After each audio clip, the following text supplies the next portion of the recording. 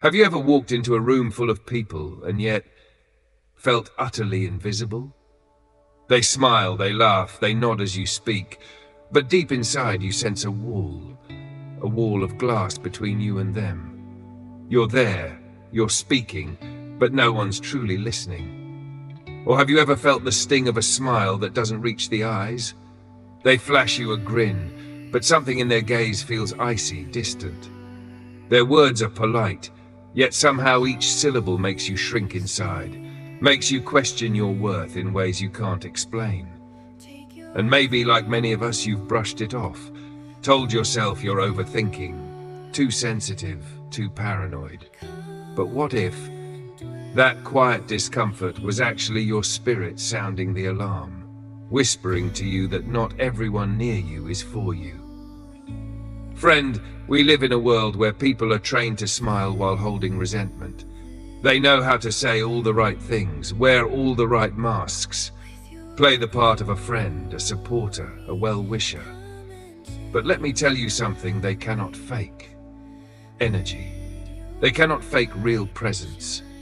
They cannot fake connection. They cannot fake peace. You see, when someone doesn't truly like you, when their heart has quietly closed its doors to you, they might still play their part well, but your spirit will pick up what their mouths will never confess. You will feel it, in the air between you, in the weight of their words, in the chill of their gaze, in the way your soul aches long after they've left the room. And perhaps the most dangerous thing you can do in those moments is to ignore that feeling, to silence your spirit and continue chasing shadows. Let's talk about it. The first sign that someone secretly dislikes you is a silent tension you can't explain. It's not loud. There's no argument, no open hostility, no dramatic confrontation. In fact, on the surface, everything looks perfectly civil. You have conversations, share spaces, even exchange pleasantries.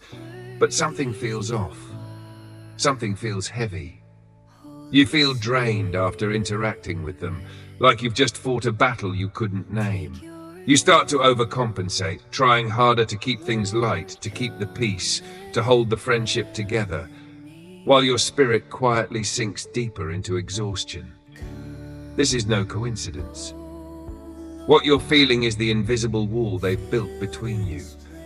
They don't say it, they don't show it outright, but the withdrawal is there. The disconnect is real. And no matter how much you try to dismiss it, no matter how many pep talks you give yourself, your spirit knows the truth. The second sign is in the eyes. Yes, the eyes. They say the eyes are the window to the soul, not just poetry, but truth. Words can lie, gestures can deceive, but the eyes will always betray what the mouth refuses to say. When someone secretly dislikes you, they will look at you, but they won't look into you. Their gaze will dart around the room, over your shoulder to the ground, anywhere but meeting you in the place where real human connection happens, eye to eye, soul to soul. Or sometimes they will stare, but it won't be a gaze of warmth or admiration.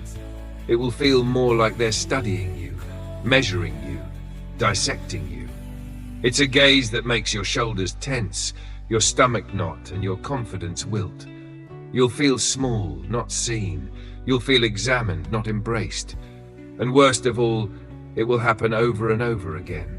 Not once, not twice, but as a pattern. Their body language might still say, "I'm here," but their eyes will say, "I'm not with you." The third sign is the silence. Oh, the silence. Never underestimate the language of silence, because silence is never truly neutral. When someone cares, even in disagreement, they still show up. They still engage. They still speak, reach out, check in, celebrate, grieve, lean in. But when someone secretly harbors bitterness, jealousy, or quiet disdain, they won't confront you. They'll simply withdraw into silence. You'll share good news and be met with empty stares. You'll post milestones and they won't say a word. You'll walk through valleys and they'll disappear. And you'll try to tell yourself they're just busy. They forgot. They didn't see it. But deep down, you know better. Their silence is not an accident, it's a message. A deliberate form of emotional distance that says, you don't matter here anymore. And it hurts. Sometimes more than words ever could. Because at least with words you can respond, defend, explain. But what do you say to a silence that's deafening? What do you do when someone quietly exits your life but still keeps a foot in the door just enough to confuse you? Friend. This is where your discernment becomes your shield. This is where you have to stop gaslighting yourself. Stop convincing yourself to stay in spaces where your soul no longer feels safe. Stop shrinking yourself to fit into rooms where your presence is only tolerated, not celebrated.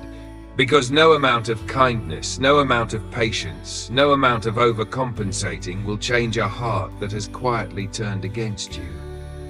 And it's not your job to perform harder, dim your light, or soften your shine just to make them more comfortable. It's not your fault they feel that way.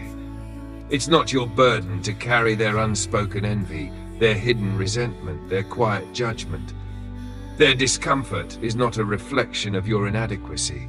It's a mirror of their own. Some relationships fade, not with a bang, but with a whisper. It begins so subtly that you almost miss it. A missed reply, a delayed response, a conversation that feels forced. You tell yourself they're just busy, life is hectic, everyone's overwhelmed. But slowly, you realize you're the only one reaching out. You're the one keeping the thread alive.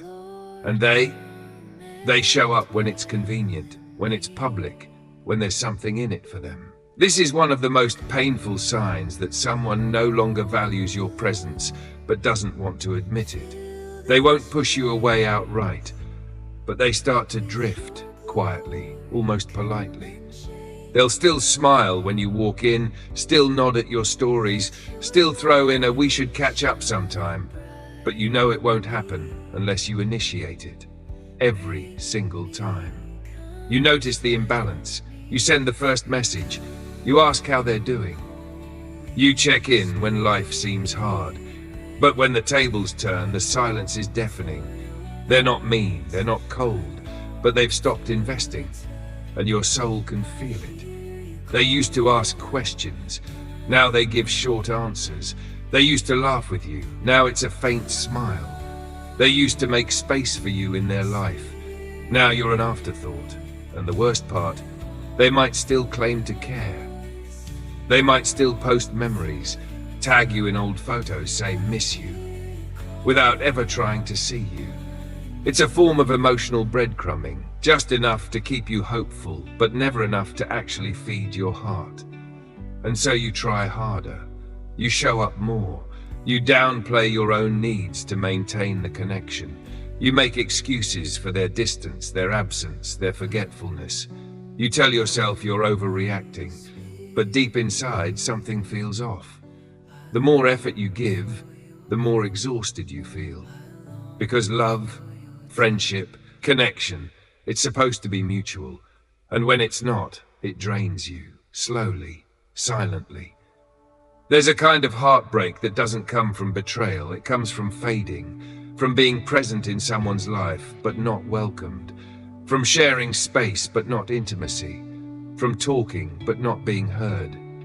You begin to feel like a guest in a place you once called home. You begin to feel like a burden in a relationship you used to breathe freely in. And eventually, you start questioning your worth. Am I boring now? Did I do something wrong? Why aren't they as excited to see me anymore? But here's the truth. Sometimes people change. Sometimes they outgrow the connection. And sometimes they just no longer see your value. Not because you've lost it, but because they've stopped looking. Their heart has quietly turned away. And instead of saying goodbye, they've chosen detachment. It's quieter, cleaner, less confrontation.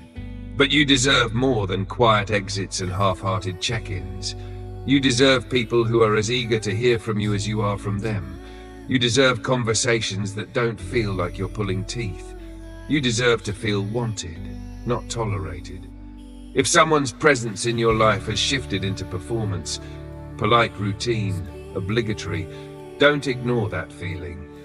Pay attention to how they show up, or how they don't. Because true connection doesn't require chasing. And real friends don't make you beg for space in their life. So when you start to feel that growing distance, don't keep trying to fill the gap by shrinking yourself. You are not meant to chase closeness. You are meant to meet it halfway. And if they no longer meet you there, it's okay to let go. Let go of the text threads you always start. Let go of the small talk that leaves you emptier than before. Let go of the memories you keep replaying, hoping they'll return to the way things were. Because sometimes walking away is not a loss, it's a declaration. A statement that your energy, your time, your heart deserves to be held, not just handled. And that you will no longer settle for being tolerated in places where you were meant to be celebrated. Healing begins when you stop justifying their distance and start honoring your presence. Some people will only realize your worth when you stop standing at their door. Let them. In that space you free up, something beautiful happens.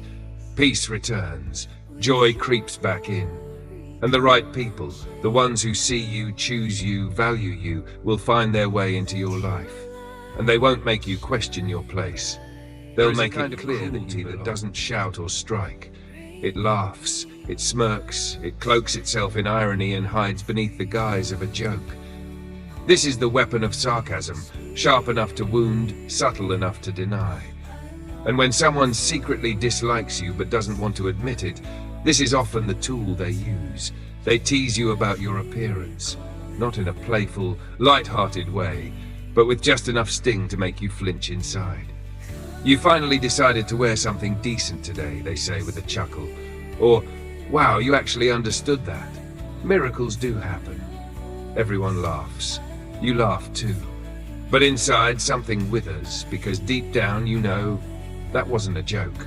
That was a jab. A hit veiled in humor. And if you dare to confront it, they'll say, "Oh, come on, don't be so sensitive." Or worse, "I'm just playing. You know I love you." But you feel the difference. You feel how their jokes always seem to highlight your insecurities, your past mistakes, your vulnerabilities. They laugh loudest when the joke is at your expense. And when the room erupts in laughter, you're the one left picking up the pieces of your dignity. This type of sarcasm isn't accidental, it's strategic. It allows them to say what they really think of you, your flaws, your failures, your fears, without taking accountability for how it lands. It's the ultimate emotional loophole. They get to hurt you, and then blame you for being hurt. It's a pattern you begin to notice. The subtle digs, the mock applause when you speak up, the exaggerated surprise when you do something well. Oh wow, look who actually made it on time. They make your achievements seem like flukes and your failures feel like proof. And the most twisted part? Everyone around you might think they're being funny. Some might even join in, laugh along, not realizing or not caring that it's eroding your confidence one smirk at a time. But your soul knows. It tenses before they speak. It braces for the blow masked as banter. Because sarcasm, in the hands of someone who harbors quiet contempt, is not harmless. It's corrosive. You begin to question yourself. Am I too sensitive? Am I overreacting? Why does no one else seem to notice? Because most people have been conditioned to normalize this behavior. They've been taught that humor is a safe zone, a pass. That if someone is laughing, it must be okay. But it's not. Not when you feel belittled after every interaction. Not when their words leave you shrinking instead of standing taller. Not when their presence makes you question your worth. And let's be clear, true friends don't weaponize your wounds. They don't turn your past into punchlines.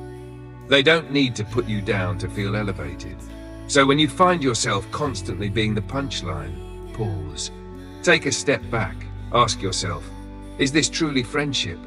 Or is it a slow erosion of your self-esteem disguised as camaraderie? Real humor builds. It connects. It brings lightness, not shame. Fake friends will say, "I was just joking," but the joke always seems to cut deepest where it hurts most. So if someone's idea of bonding is consistently making you the butt of the joke, believe your spirit. Believe the way your stomach knots. Believe the ache that lingers long after the laughter fades. You deserve better. You deserve friends who honor your growth, not mock it. Who celebrate your quirks, not exploit them. Who speak life into your insecurities, not spotlight them for entertainment.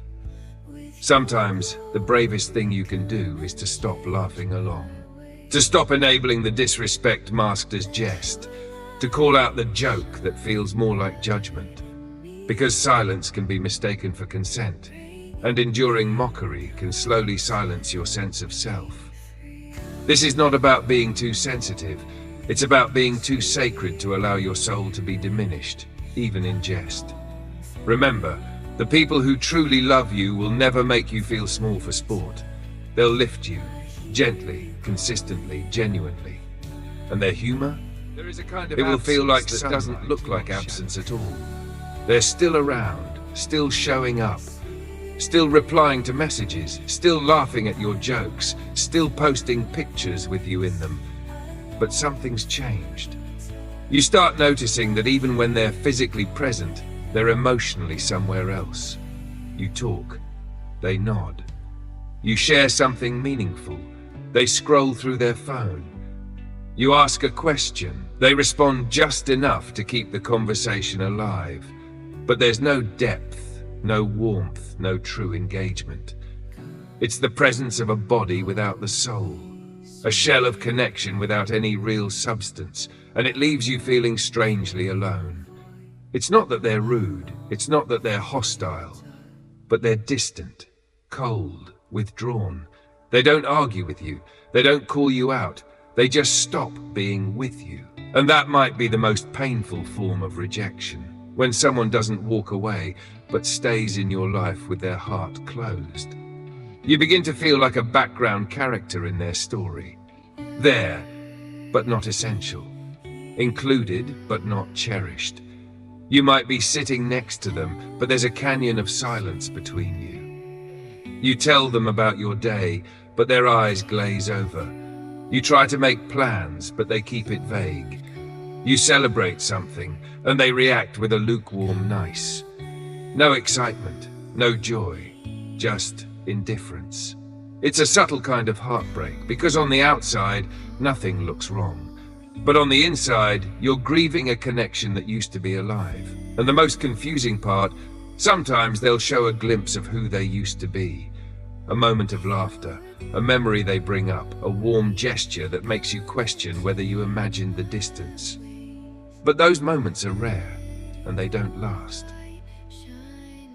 Because their heart has already checked out. They're not invested anymore. They're just playing a role, keeping up appearances, maintaining the image of friendship. But you feel the truth, in how they no longer ask how you're really doing, in how they forget the things that matter to you, in how they don't notice when you're hurting. It's not that they're busy, it's that their care has grown cold, and instead of telling you, they simply retreat behind a smile. So you try harder. You initiate more. You bring the energy, the warmth, the effort, and they respond. Passively, politely, barely. You start questioning yourself. Am I too much? Did I say something wrong? Maybe I'm being needy. But no, you're not. You're just craving something real, and you're not getting it. The truth is, when someone's presence becomes a performance, your soul knows. When you feel lonelier in their company than you do by yourself, that's not connection. It's a signal. A signal that the relationship has become one-sided. That you're doing all the emotional labor. That your energy is being met with detachment. And it's okay to stop pretending. To stop acting like everything's fine when it's not. To stop carrying the weight of a relationship that's been empty for a long time. You deserve presence that feels present. You deserve eyes that light up when you enter the room. You deserve conversations that make you feel seen, not scanned. You deserve relationships that nourish, not numb. That pour back into you, not quietly drain you. Because you were not made to beg for attention. You were not created to tolerate being overlooked. You are allowed to walk away from people who stay close in body but far in spirit. You are allowed to choose depth over convenience. You are allowed to protect your peace from the slow erosion of indifference. And no, it doesn't make you cold. It makes you wise. It means you've learned to recognize the difference between real presence and polite absence. So when someone shows you, through their lack of energy, lack of care, lack of real engagement, that they no longer value the connection, believe them. Not because you're bitter, not because you're angry, but because you finally respect yourself enough to stop holding space for people who won't meet you there. Peace isn't found in pretending.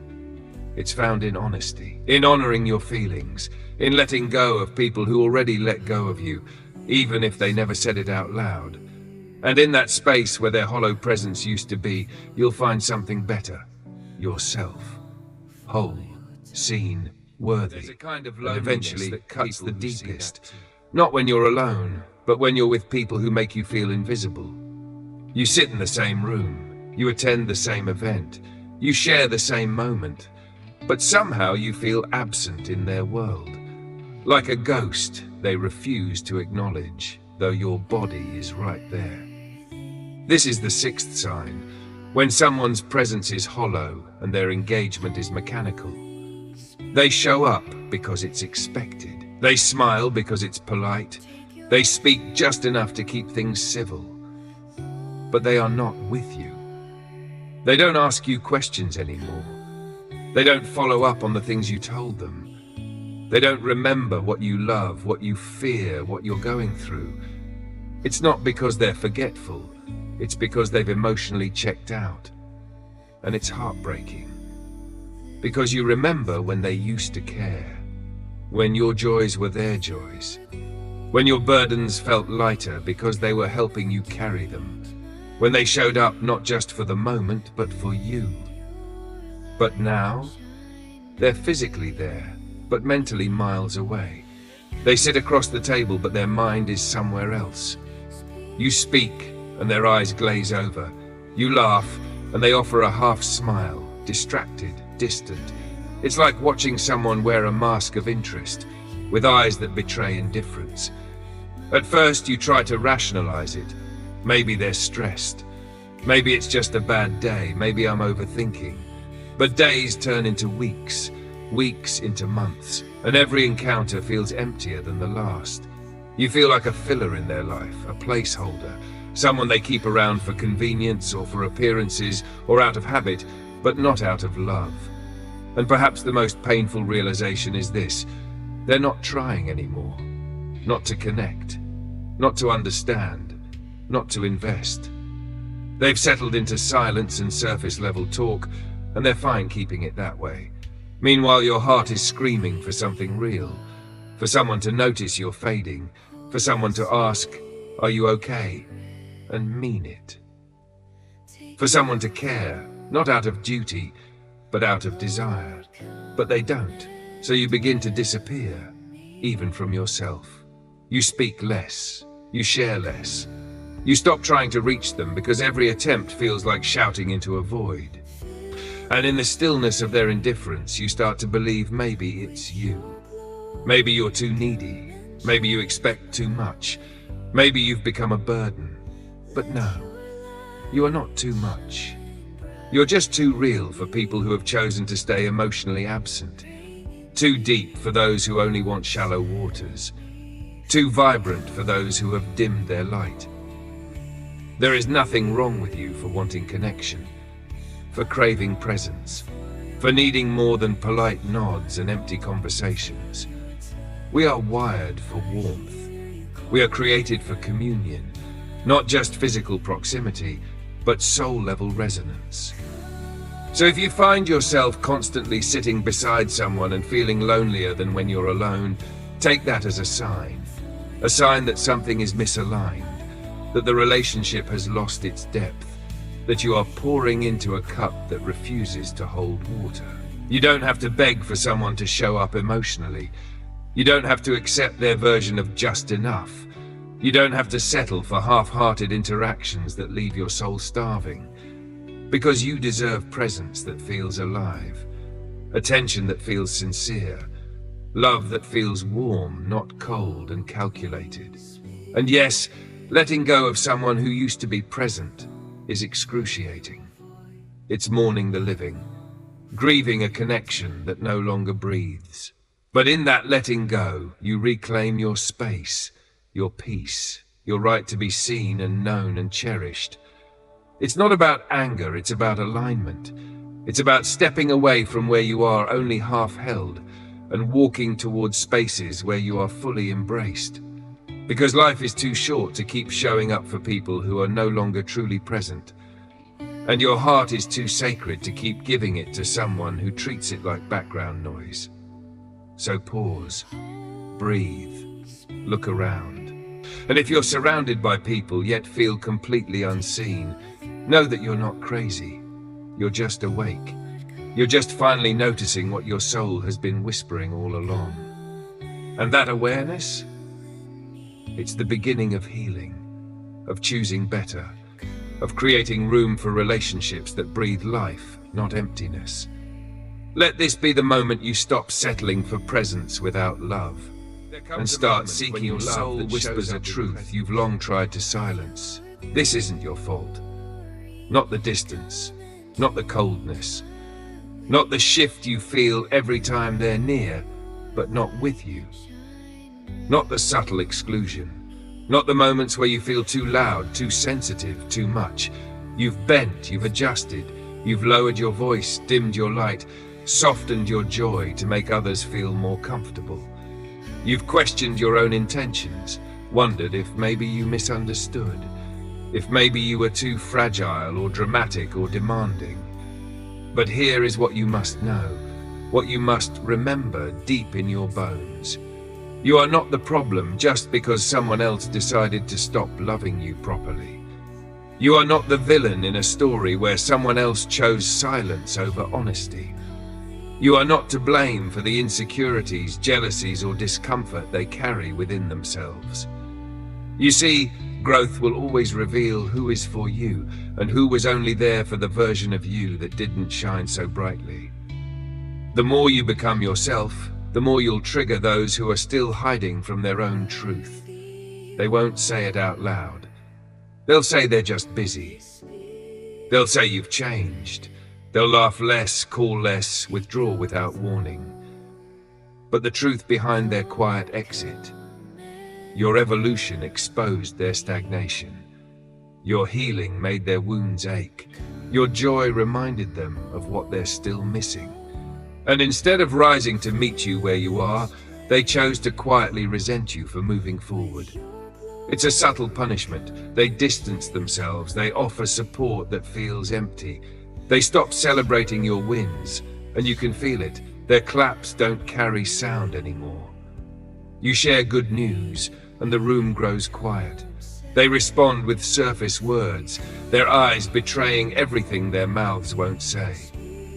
You've outgrown the space they're still trying to fit into, and because they won't tell you directly, they'll use energy instead of words to make you feel unwanted. And if you're not careful, you'll internalize their discomfort. You'll start shrinking again, folding yourself back into the version they once accepted. You'll start apologizing for being yourself. But don't. Don't you dare apologize for growing. Don't you shrink so others can feel tall. Don't you dull your brilliance to soothe the eyes of those who've grown used to shadows, their quiet distance, their sarcasm, their apathy. It's not about you. It's about what your light reveals in them. You are not responsible for how others respond to your growth. You are not responsible for managing their emotions, soothing their egos, or shrinking to fit their comfort zone. You are only responsible for honoring your truth, for protecting your peace, for recognizing when a door has quietly closed and not wasting years trying to force it back open. Let go of the guilt, the overthinking, the tendency to explain yourself over and over to people who have no intention of truly hearing you. You don't owe an apology for evolving. You don't owe an explanation for your boundaries. You don't need to justify your joy, your clarity, your direction. Some people will no longer recognize you, not because you've become unrecognizable, but because they never saw the real you to begin with. And when you finally allow yourself to stop making excuses for their behavior, a new truth arises. You were never too much. You were simply too real. Realness scares people who live behind masks. Authenticity intimidates those who survive through performance. Peace threatens those who thrive in chaos. But you don't exist to make everyone feel comfortable. You exist to live fully, freely, truthfully. And that kind of life will always offend those who are still living halfway. So let it. Let it offend. Let it cleanse. Let it push away the ones who were never truly with you. Let it reveal the ones who only loved you when you stayed small. Because in the end, it's not about who likes you. It's about who loves you enough to walk with you through every version of yourself, not just the convenient ones. So stop carrying guilt that was never yours. Stop trying to earn approval that isn't rooted in love. Stop blaming yourself for relationships that quietly broke under the weight of your becoming. And start walking with people who are not intimidated by your light, but ignited by it. Because you're not here to convince anyone to like you. You're here to become who you were created to be, unapologetically, unshakably. Unstoppable. Look at everything you've been through. Every time you stayed quiet to keep the peace.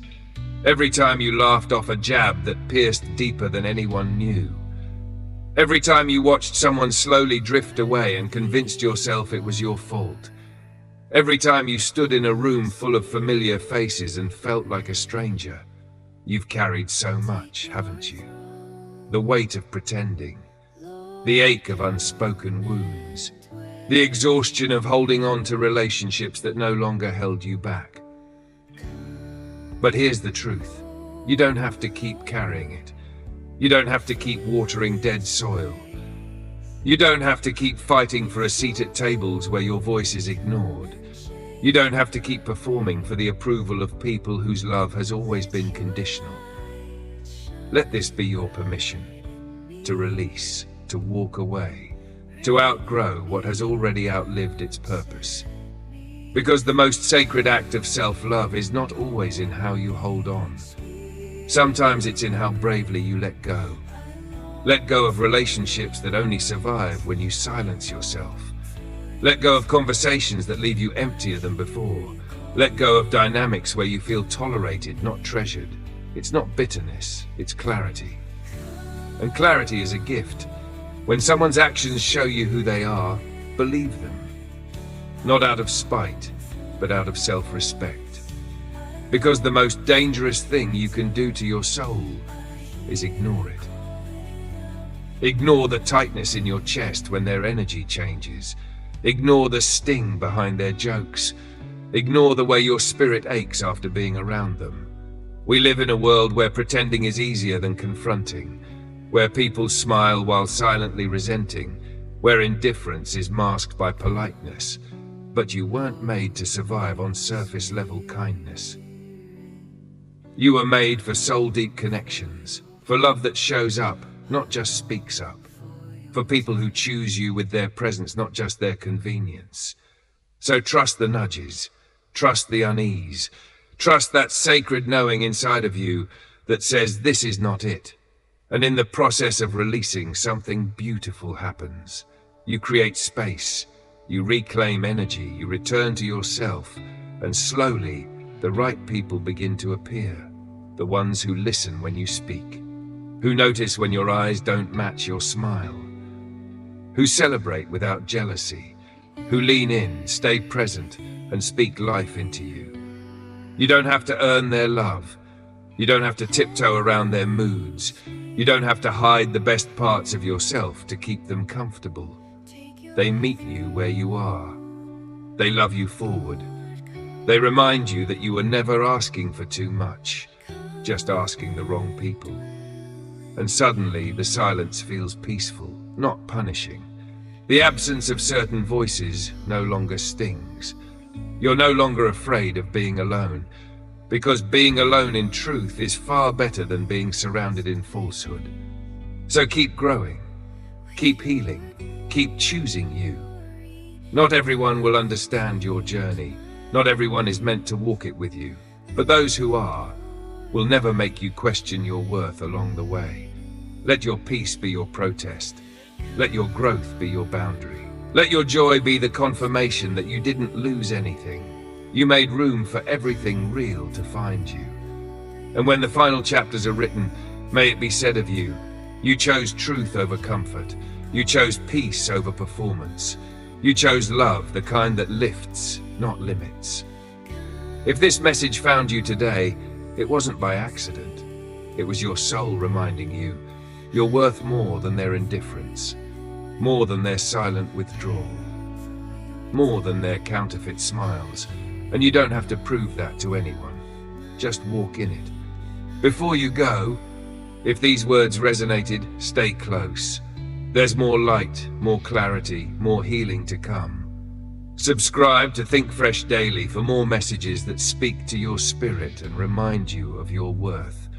This is just the beginning. The best is still ahead.